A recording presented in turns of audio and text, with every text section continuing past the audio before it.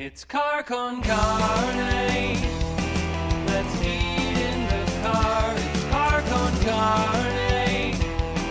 And now here's the star of our show, James Van Alstyne. This right here is Car Con Carne out of the car in a home. This is Casa Con Carne. Today, Car Con Carne, sponsored by Easy Automation. Are you looking to transform your home, office, or business into a smart, seamlessly connected space? Easy Automation is a local business. They're over in Aurora, a bucolic, lovely suburb, and Easy Automation delivers custom automation solutions that are tailored to your lifestyle. Whether you're upgrading your home entertainment, streamlining your office tech, or enhancing the atmosphere in your restaurant or sports bar, they've got you covered. Their expert team designs and installs personalized systems from smart lighting and climate control to audio-video distribution and robust Wi-Fi networks, all managed through an intuitive app on your favorite device. Easy Automation makes technology work for you effortlessly, reliably, and always with your satisfaction guaranteed. Visit easy-automation.net or call my guy Dan. This is his phone number. This will ring him directly, 630-730-3728, and take control of your environment today. Car Con Carne, also sponsored by Exploding House Printing. They are here for all your screen printing, embroidery, and other merch needs. They're also local. In fact, they're much closer to where we are right now in Hermosa. And you should think about them for t-shirts, merch, whatever. If you're in a band, if you have a brand, these are your people. This is your team. Their focus is on small businesses, bands, brands, everything in between. Jonathan at Exploding House has been doing screen printing for decades, so he knows what he's doing. Besides his technical expertise, he delivers production efficiency and cost awareness to offer boutique print shop quality at much lower large print shop prices. Check him out on Instagram at Exploding House, or check out their site at explodinghouseprinting.com for a quote, or to see a list of some of their clients, which includes the Brokedowns, Meatwave, Empty Bottle, The Music Box, Dante's Pizzeria, and so many more. Email info@explodinghouseprinting.com for a quote today. Yes, we are in a house. It is a studio. It's a house. It's a studio and a house. My guest, Broken Robots, a band with a backstory. There's a story there of struggle and self-destruction, addiction, and redemption. The thing is, we've talked about that story before. We've covered it in previous episodes. So for this episode, I'm visiting with Broken Robots in their home studio to talk about where things stand in 2025. Specifically, the best work they've done yet, the new album, The Great American Struggle, which is out on September 12th. I'm joined by Tony, Kat, Alex, Anthony, and Ari. It is a full house. This screen is packed. If you had another member, if you had a saxophonist, they couldn't be on screen right now because we are out of room here in the Broken Robots studio. Hi, everybody. Hi. How you doing? Hey. Oh, so I guess let's start. I mentioned it. Let's see the album. The album's here. Yeah. This is reality. Check this out. The Great American Struggle. That is yours. This is mine. Oh, I'm so excited to have this. How excited are you to have this on vinyl? Unbelievably. It's a whole bucket list thing for me personally. As an artist, that's having this thing that people can have and hold and tangible. Yes. Artwork is beautiful. Everything about it. We're so over the top proud of it. It's gorgeous. Tell me about the cover art.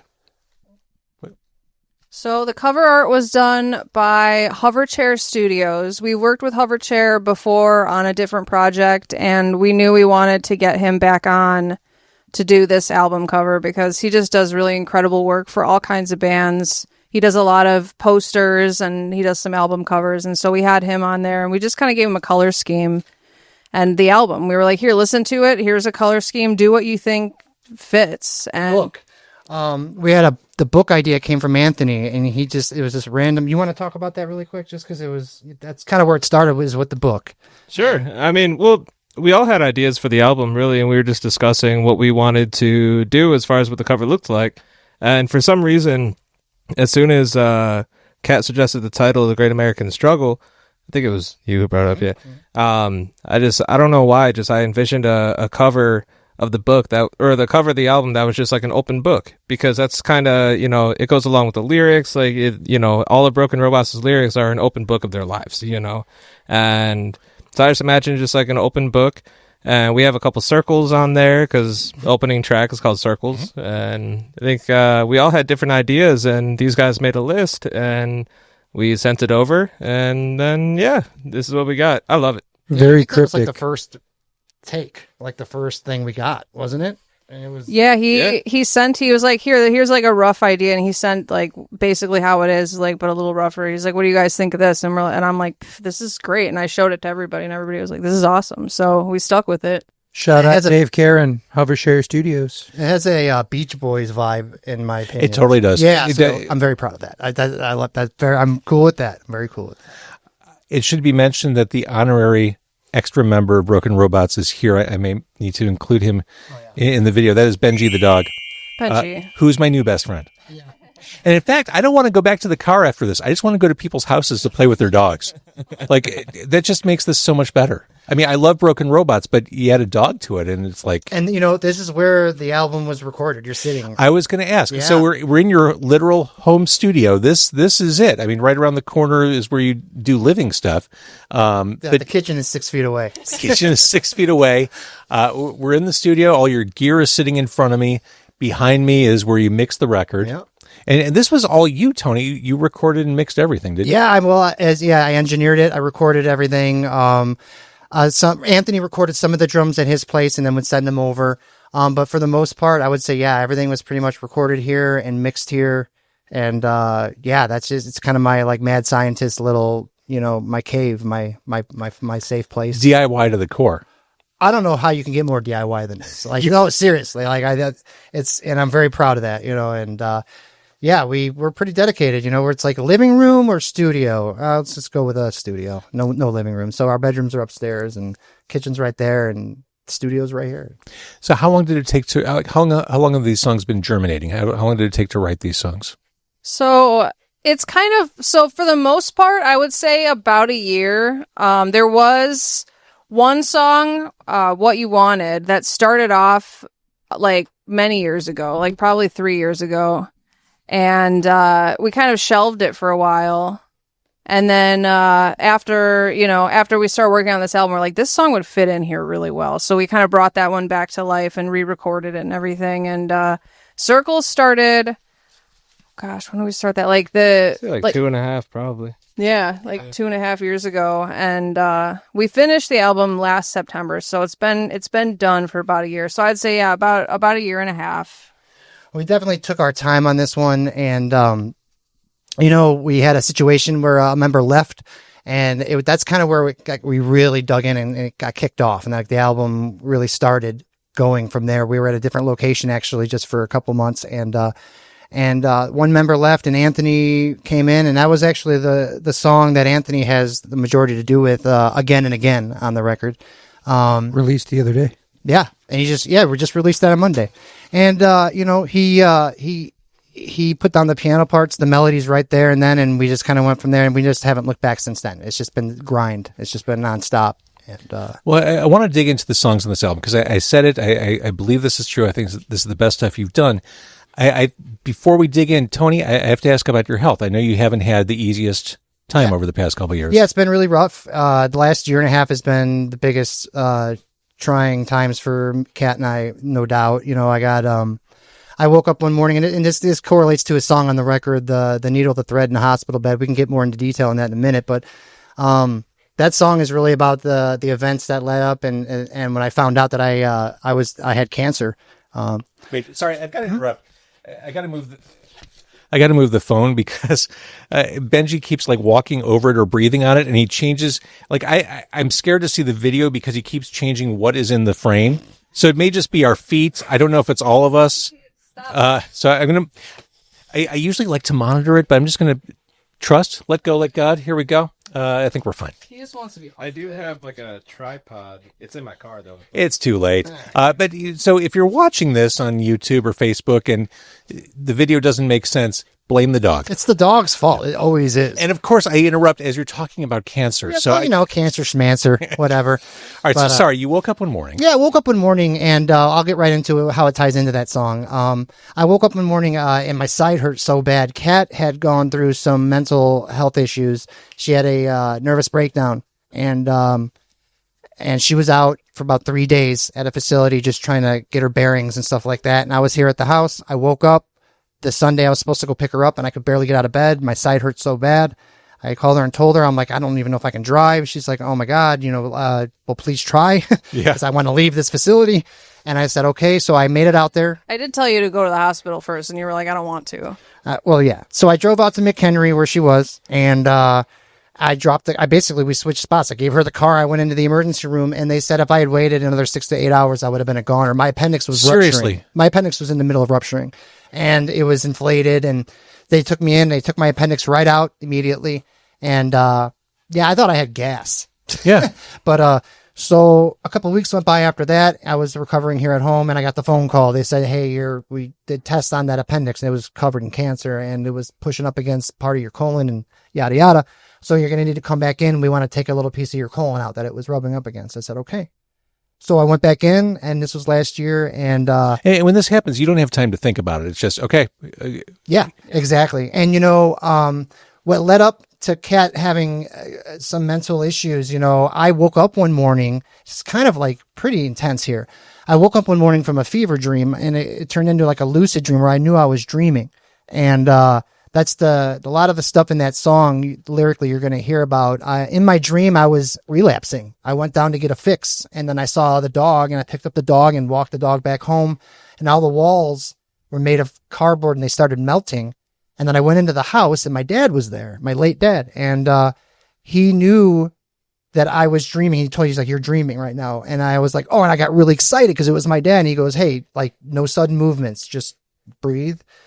Take it easy, and then you can spend some more time here in the dream. And I was like, all right, this is kick ass, And I slowly woke up from that, and I was sweating, and Kat was like, what's up, and I started, and she never writes down my dreams, but she pulled out a pad paper immediately and started writing down the dream as I was describing it before it faded away.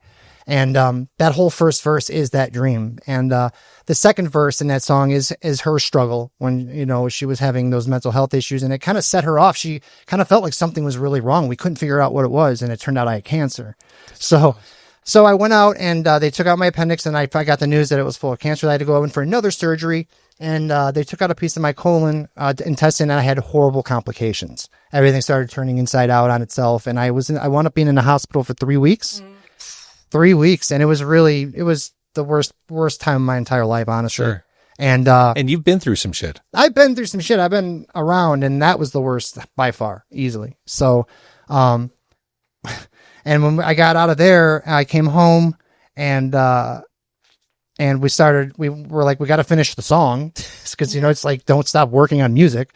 So, and that's when she worked on the second verse, and I hate talking for you like this, but that's where that song came from. That was, I think like the last song we recorded, I'm pretty sure.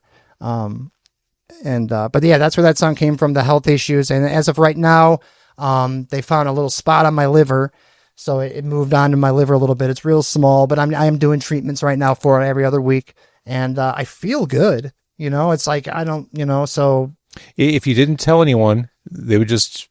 Right? They would never know. Yeah. I mean, I have all my energy, my appetite. I mean, so, we're going to fight this son of a bitch. We're not even, my last. If I've learned anything about you, Tony, you are resilient. Yeah. Thank you. And you got this. Yeah. I think Most resilient guy I know. Thank you, guys. I appreciate He's kicking cancer's ass right now. Yeah. I'm trying. It's a meanie. Tony will sometimes, like, we practice and we'll do like rehearsals and stuff, and Tony will have literally a chemo on him while he's playing guitar, like a pack, like in a fanny pack. Yeah. Well, that's the good thing about cancer. They give you a free fanny pack. You get to keep it. I mean, every other week. So I have like 10 fanny packs at this point. Worth it. But I know. But I think there's a good lesson or inspiration here. Like, you're dealing with some of the worst shit you've ever dealt with, but you still make time for what matters to your soul. Well, it goes back to that first record. It's kind of like cliche and everything. Music saved your life. It keeps doing it over and over and over again. Like if Kat and I didn't have this art and to go back and to be able to write, then we would really be in big, big trouble. That would be really, really bad. And she's like, we're crazy because there's no finish line. She's like, that you have to be insane to do this because the chances of getting real rewards and being like successful are pretty nil. You got to just love writing music. You got to really love. Dude, this is success right here. Yeah, well, I think so. I mean, I really do though. I was been looking forward to this interview for since we talked. But yeah. So the music once again comes back around and sustains us. And yeah, I think this record in general is the most vulnerable we've ever been. We've gotten back to the vulnerability like we were on our first record. Well, and then this time with some amazing players, and everybody's contribution is just top shelf. And it's just like, we're just hitting on all cylinders emotionally. And, what this band really represents and what it means, it's way more than just music. It's really special, and it's really happening with everybody in the band. So it's really exciting right now. That's been a huge thing for me too. Since I joined the band, I have come from similar struggles with, drugs and like the traps and trappings of the city and whatnot. And I've always said the same thing. It's like, it is a cliche to say music saved my life, but like it really did. Like, I've been clean a long time, and it's like my life is going better than ever. And like, I love being an open book with this band. It's like, this record is really raw and vulnerable, and like, there's something special and almost like, dare I say, magical about it. But it's because of that raw realness that like, we all come from a place like a similar, struggle in that regard. And like, we've played some like overdose awareness benefits, and those were like really heavy. And like, I remember playing Max Happy Fest, like it was like 2 weeks, maybe not even a full 2 weeks since Tony got out of cancer surgery. He's like 135 pounds soaking wet. Emaciated, like freshly healing and recovering. The scar was still really gnarly. We played an hour set in the pouring rain. And everybody's like, we can not do this. I'm like, no, we're doing it. We're going. Let's go. I was in tears. I was crying happy tears because I'm like, this is insane. Like, It was wild. He almost died, and he just got out of surgery and is like up here making music with us right now. Like, this is so inspiring. It's ridiculous. Yeah. No matter what life throws at you, you gotta stick to what keeps you moving. Amen. I love that. And you've always been transparent. Your history, your pre-band history, it's been an open book. And I know that's part of your art, and that's part of who you are. Does it ever seem too vulnerable to let strangers into that? No, not even a little bit. I wish I could share more. That's, the two records after Home Is Not a Place, something was missing, and I could never put my finger on it. And it was the honesty. It was the vulnerability. Those songs, they're on, the Escape Artist in season 3. They're great songs. I'm very proud of them. They're slick. They're polished. They're very cool. But something was going on, and we weren't being as vulnerable as we could be. And on this record, we came back. It came full circle, and we were like, here it is. Like, and no, I wish I could be even more honest if it was possible. It's like, that's the whole point. Right. Yeah. Well, let's dig into the songs. Yeah. If I were to pick up on some themes, or maybe I'm reaching too far on this, becoming who you're supposed to be, not who people want you to be. I get that in at least a couple songs. Absolutely. Yeah. It's, the past few years of my life have just been really strange. And I think part of the journey of like pulling yourself out of the gutter is turning back around and going to everybody that never thought you were good enough and saying, look, now I'm good enough. See, look, let me prove to you how much I am good enough. And let me do as much as I can to show you that I'm good enough. And to a lot of people, like, you're never really going to be good enough. And I learned that. And learning that is one of the most heartbreaking, but also freeing things in the world. And I think writing about it really helped me heal from trying to prove to everybody that I was good enough. So we're talking about the song Potential, I think, mostly here. These people want to keep me small, and they get mad if I stand taller, because that's not what they think I'm supposed to be. Yeah. Yeah, a lot of pressure on me the past few years to change what I was doing, or and I used to listen to all those voices, all those people. I would listen to them, and I started slowly, I think 2020 was a weird time for me. 2020, I mean, for everybody, but 2020 to like 2023 was just a really strange time for me, where I felt like I was building myself and then letting other people break me down and try to tell me like I would be happier if I wasn't who I was, and just losing myself. I went through a period I lost my entire identity. It was very strange, and coming back to it now, like, it's better. Like, if being good enough is in the eye of the beholder, like, you can only be good enough for you. Like, being good enough for other people never leads to anything. Never. So on that song, is that the whole band doing backup vocals? As a in a production standpoint, kind of. Kat, that song was when Kat wrote that song, Kat took the reins on that one. I was at work and she sent me a video of her just sitting right here on the floor playing that. And I was like, oh, and as a producer, I wanted to get right in and change things. And I was like, no, I'm not going to do that. Like, this is great. And just like, let her have the reins on this. When we tracked the drums, Anthony was right there, right where the camera is. And Kat had everyone put on headphones here, and she had a microphone, and she was just screaming those words to get the dynamics of that song to really be a word. So you could hear like a woo in that song, and that's actually Anthony just lost it. He just did a woo in the middle of it, and that's in Going Places. Going Places, I do the woo. The other woo, the woo in Potential that was you guys playing that out. It might have been even me at the desk. Yeah, just like, woo! Yeah. So it was so raw. It was like, and you can feel the dynamics in that. And it was kind of nice seeing Kat just kind of orchestrate it, like, as it was going. It was just really like dirty and just loud and awesome. And I could tell like there was like something coming out of Kat at that time, kind of like a exorcism almost. I think the backup vocals are just me and you, right? Yeah, I think so. Yeah, we do that a lot in our stuff where it's just Tony and I will just do 100 of ourselves. I love it. Well, staying on that theme, the topic that we're on here, what you wanted seems like another side of that coin, the life you're supposed to live. Oh yeah, that was what you wanted. It's like we wrote that, the lyrics, at least, like the music instrumentation behind it is fresher, but the bones of it was written some years ago, and that was inspired by the time where the place I was in when I met Tony, because I was in a very similar place where it was like everybody in my life had convinced me, like, don't do that or don't do this, like, you're never going to be happy if you do that, like, this is what life is supposed to be like, get us this type of job and this type of life, and if you check all of these check marks, then you will be happy at the end, you'll be good at life. And I'm like, okay. So I tried to do that, and I was so incredibly miserable. I get it. Yeah, like, just just bad place. And like, of course the reality is important. You can't live in a fantasy land, so you have to stay rooted in reality, but at the same time, like, making your whole life about checking boxes so that other people approve is just bad move. Well, I'll tell you, the first time I heard this song all the way through, as you're describing this life that people set out to have, it reminded me in the best way of things I liked about the Kinks and Blur, who both had lyrically the ability to kind of strip away just the bullshit and mundane existence of the person next door's existence.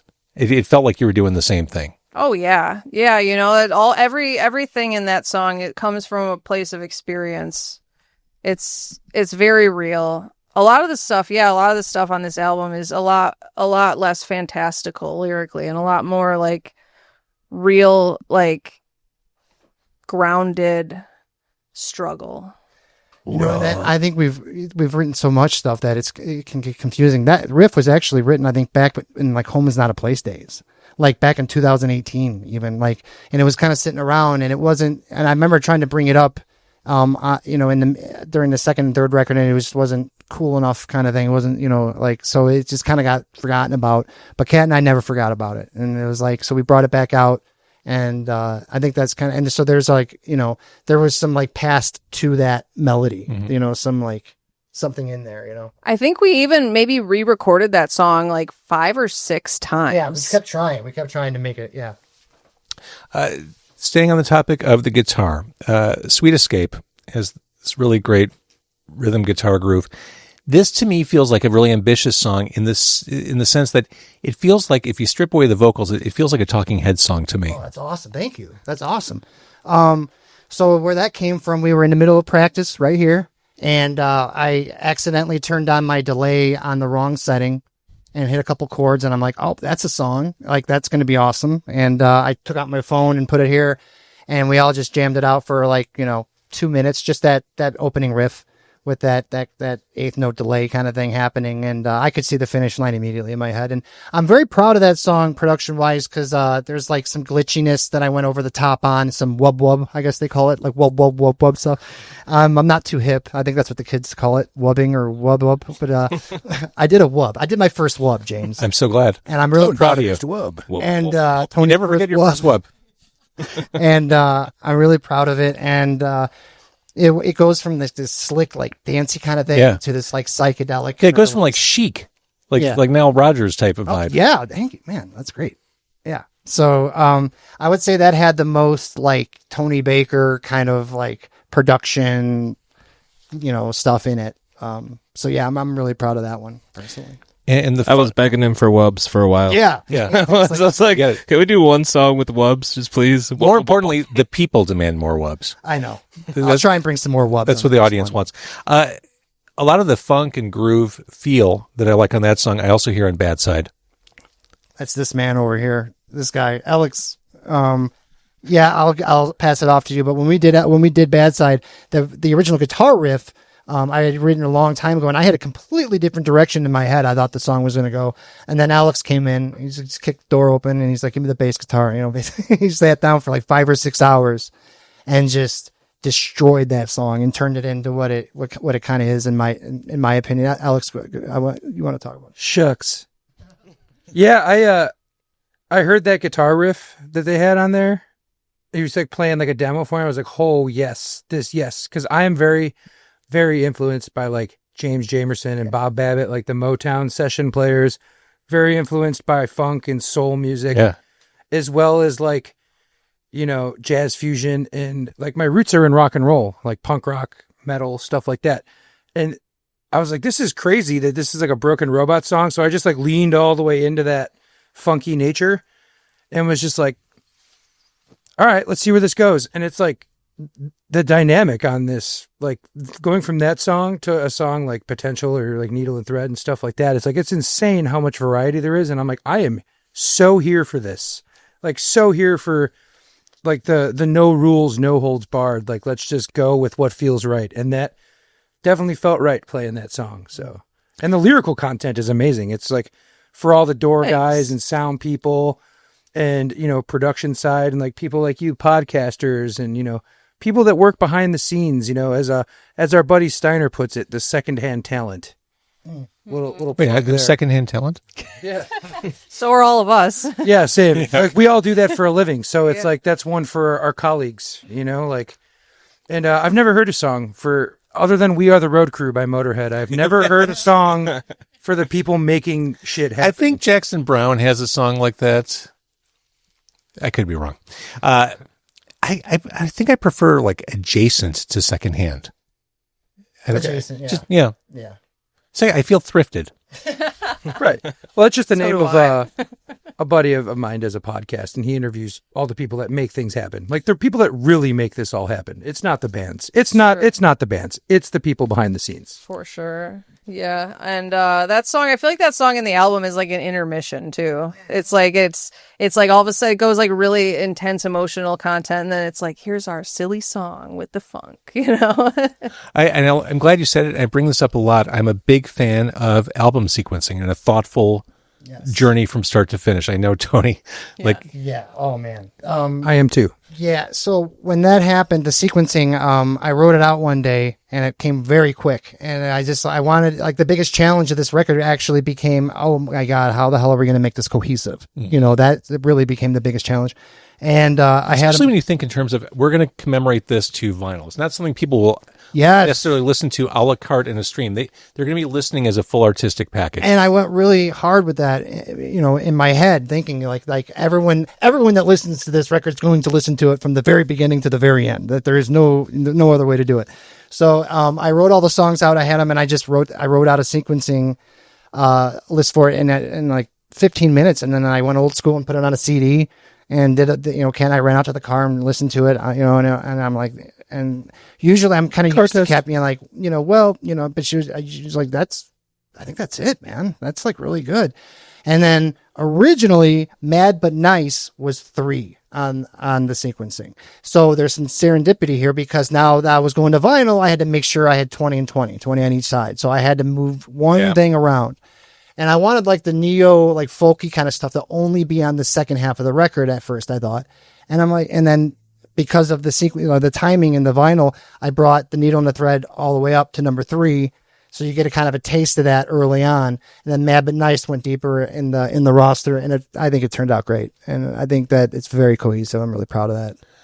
Circles is such an obvious single. I got a lot on my mind and I'm busy all the time, but I know so is everybody else.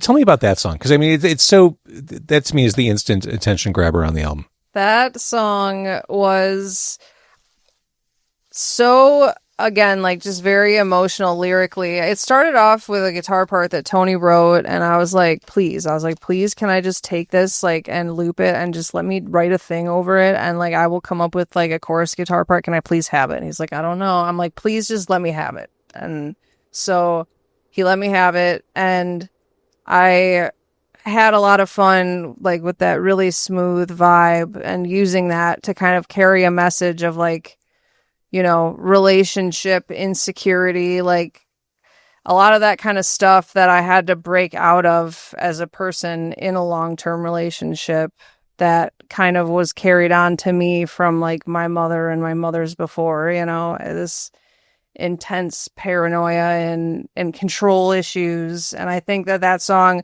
for me, it was really painful to actually write it and say it out loud. But then after I did it, I'm a changed person. It was crazy. It was like therapy. Awesome.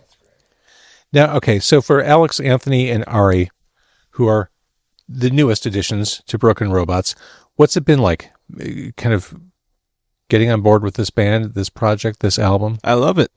I've been here for about 4 years now, and it's the longest running band that probably tied with the longest running band that I've been in, but it's going to beat it for sure. And yeah, it's just amazing. I love just like their story, their message, the backgrounds. I can relate a lot with the history as well. Not as intense as your guys' history, but I had found Broken Robots through an article back in the day, and just the story. It resonated with me. It hit very close to home for me. I grew up in an area where there was a lot of drugs and a lot of bad decisions from the youth. And, before I knew it, I saw a lot of circles that I was acquainted with, getting smaller and smaller, and people were just disappearing. And, when I heard their story, I thought it was so inspirational. I needed to reach out right away.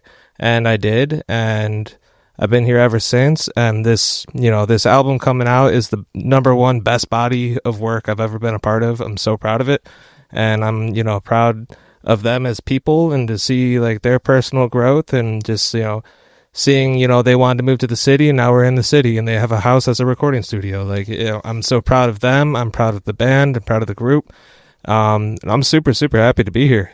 Glad to have you. Yeah, that's awesome.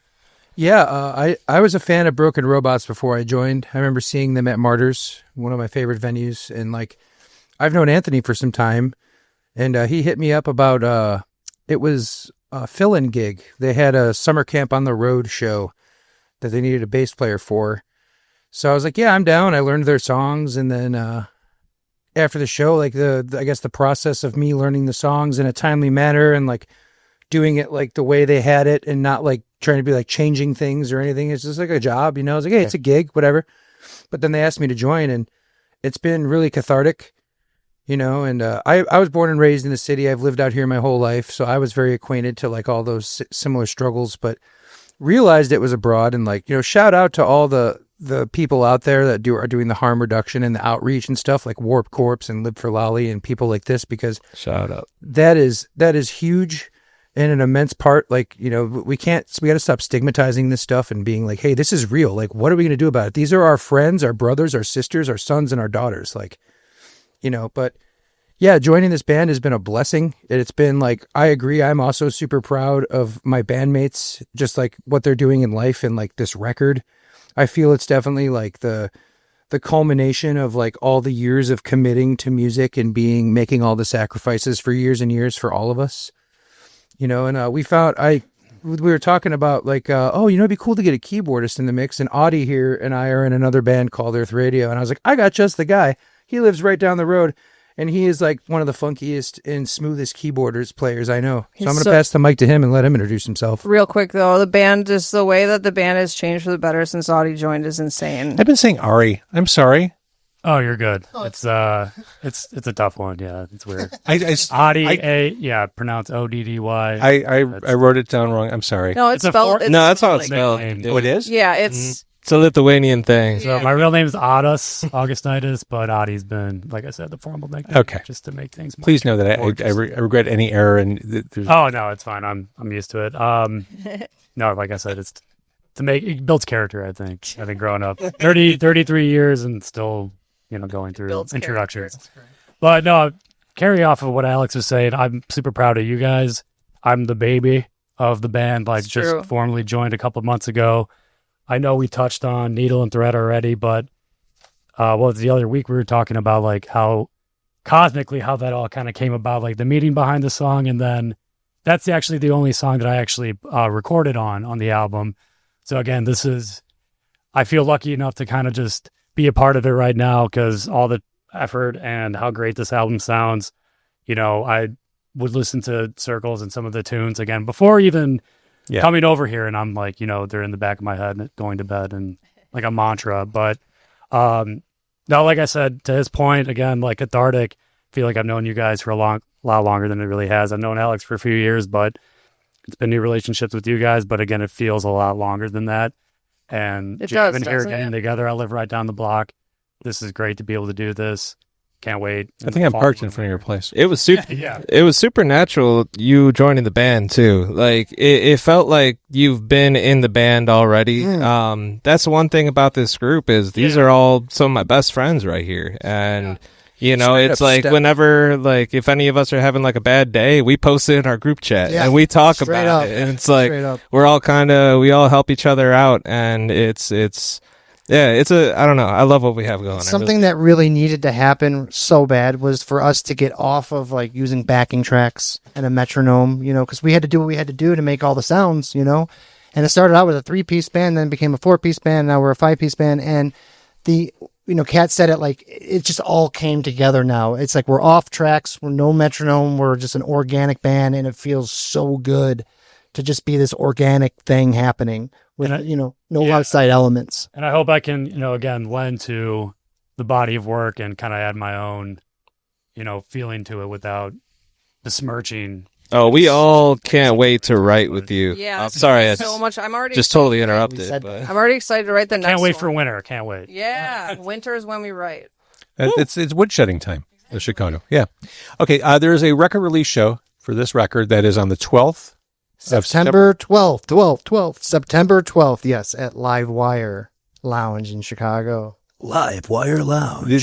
The crown jewel of the Avondale live event scene. Only 100 tickets, and we will have these vinyls. We'll be there. Only less than 100 vinyls left. Wow. Yeah. And 99 now. 99. Woo! So yeah, there's a ticket link for the show. I recommend getting tickets as soon as you can. It's going to be a blast. We're playing the whole record from beginning to end. Great. So yeah. Our good friend Sun Volume, also from Chicago, are joining us, Yeah. opening off the show. Yep. Great guys. Great As band. the kids say, Broken Robots, just 10 bangers on here. That's what. Oh, that's what they say. That's because there's wubs on there. That's right. It's basic calculus. Multiple wubs equals 10 bangers. Yeah. If you look on the cover art of the record right here, that is actually the calculus formula for the wubs. Yeah. It's right there. Oh, yeah, I was they're- wondering where you were going to go with that. Well done. Yeah, they're Well done. characters. Yeah. Okay. First and foremost, I know you've been through some shit. You've been through more shit after that. You stay healthy. You got this. We're all behind you. Kat, that goes for you too. Mental health is important too. Oh yeah. No, my mental health is number one. I focus every day on getting sleep and eating healthy food and making sure I get exercise and doing music And that's all the most important thing. It's like the food too, eating healthy. I think like that's some people even said they're like, Tony looks better now than he has in like a couple years. Another thing though, Kat, that you've done is you've gotten all the assholes out of your life. I'm sorry to say it. It helps. It helps you glow. There's a glow that happens when you have an assholectomy. Yeah, literally. I had that procedure done a couple years ago. I feel great. I highly recommend. Liberating. I love you guys. Congratulations on this. This really is an achievement. Tony, I'm sure I can't even imagine the after hours work you put in to a couple 2-3 minutes. A couple 2-3 minutes. Yeah. Hey, congratulations, guys. We'll see you on the 12th. And thank you for doing this. Thank you. Thank you so much. Thank you.